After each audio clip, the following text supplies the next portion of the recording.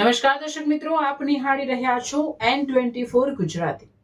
તો નજર કરીશું આજના મહત્વના સમાચાર પર। ઢાઢર નદીમાં હજારો માછલાના રહસ્યમય મોત, તંત્રની નિષ્ક્રિયતા સામે ગ્રામજનોમાં ભારે રોષ। આમોદ તાલુકાના દાદાપુર ગામ પાસેથી વહેતી ઢાઢર નદીમાં હજારો માછલાના રહસ્યમય મોતના પગલે સમગ્ર પંથકમાં ચકચાર મચી ગઈ છે।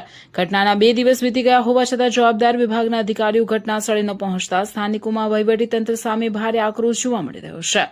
નદી કિનારે હજારો માછલા સડી રહ્યા હોવાથી તીવ્ર દુર્ગંધ ફેલાઈ છે, જેનાથી જાહેર આરોગ્ય અને પર્યાવરણ સામે મોટું જોખમ ઊભું થયું છે।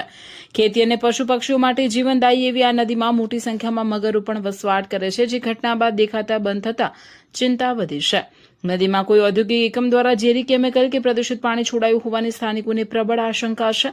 માત્ર પાણીના સેમ્પલ લેવાની ઔપચારિકતા કરવાને બદલે આ ગુનાહિત બેદરકારી બદલ જવાબદારો સામે કડક કાનૂની કાર્યવાહી કરવામાં આવે। માત્ર આશ્વાસન નહીં, દોષિતો સામે કડક કાર્યવાહી થવી જોઈએ।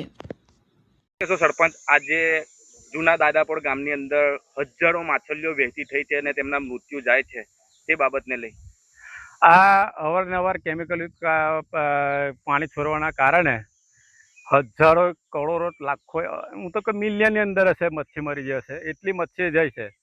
અને આજુબાજુના આમોદના જે માછીમારા ખરા ને એ અહીંયાથી મચ્છી 7 થી 8 નાવરી લઈને આ મચ્છી મરેલી જીવતી એ બધી લઈ જાય છે અને આગળ પહોંચતી કરે, સુરત છે, ભરૂચ છે, બધે પહોંચતી કરતા હશે।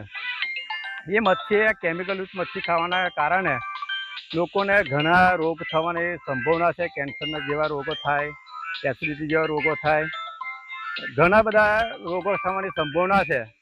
આ કેમિકલયુક્ત પાણી અવારનવાર છોડવામાં આવે જ છે, કોઈ બંધ કરતા નથી। આ તંત્ર કોઈ એની સામે કોઈ જોતું નહીં, આ નદી સામે કોઈ જોવાય નહીં આવતું, કોઈ સેમ્પલ લેવાય નહીં આવતું, કોઈ તંત્ર કોઈ ક્વોલિટી કંટ્રોલવાળા કે કોઈ બી અધિકારી અત્યાર સુધી વારંવાર એક વખત રજૂઆત હોય કરેલી છે કે કેમિકલયુક્ત પાણી છોડે છે, ખાલી આવીને એક વખત નાહી ગયેલા વંસરા બીચ પરથી, અત્યાર સુધી બીજા કોઈ આવ્યા નથી। સરપંચ, આ પાણી કેટલાક લોકો પીવાની અંદર ઉપયોગ કરતા હશે? આ પાણી તો ખેતીમાં પાણી ઉપયોગ કરે, ખેતી જે ફળદ્રુપ જમીન છે ને તે જમીન પણ બગડે, એનીથી શાકભાજી બનાવે છે, શાકભાજી લોકો ખાતા હોય કેમિકલયુક્ત વાળી શાકભાજી, એટલે આ શાકભાજી કેમિકલયુક્ત શાકભાજી ખાવાથી ઘણા રોગો થાય, એવા લોકો પીડિત થાય એવું છે।